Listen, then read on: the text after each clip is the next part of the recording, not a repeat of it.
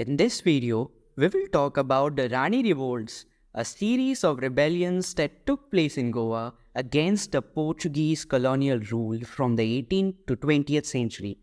The Ranes were the Rajput clan that ruled over the Sattari region of Goa, which was rich in forests and agricultural lands. They enjoyed various rights and privileges as feudal lords, such as collecting taxes, administering justice, and maintaining their own army. They also followed their own social and religious customs, which were different from the Portuguese one. However, the Portuguese authorities tried to impose their laws and policies on the Ranis and their subjects, which led to resistance and discontent. The Ranes revolted several times, at least 14, to defend their autonomy and traditions using guerrilla warfare and seeking alliances with other groups. The first phase covers the revolt of 1852 led by Dipaji Rane.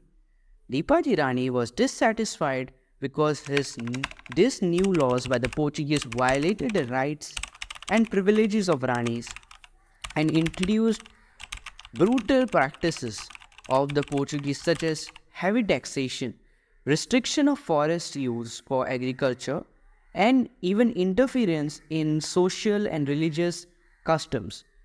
Therefore, he ransacked and captured Nanus, a strategic fort in the heart of Sattari, and rallied support of the Desais and the Gaunkars, the village headmen.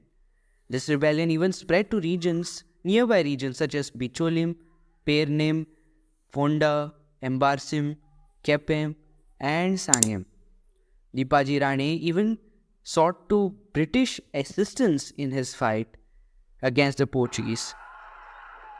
After negotiation, a treaty was concluded in 1855, where most of the demands of the rebels were accepted. In 1869, Kustoba Rane revolted to avenge the injustice done to him by the Portuguese, who had confiscated their lands. For about 2 years, he unleashed a reign of terror, targeting police stations and outposts. His rebellious activities were immortalized in Goan folk and popular songs. He was eventually caught and killed at Colon in 1871, and his head was presented to the Portuguese Governor General. In 1895, another major Rane revolt occurred, led by Dada Rane Advaikar. He was joined by the Hindu soldiers who refused to go to Mozambique to fight the African tribes, as going and crossing the sea was sought as an anti-Hindu act.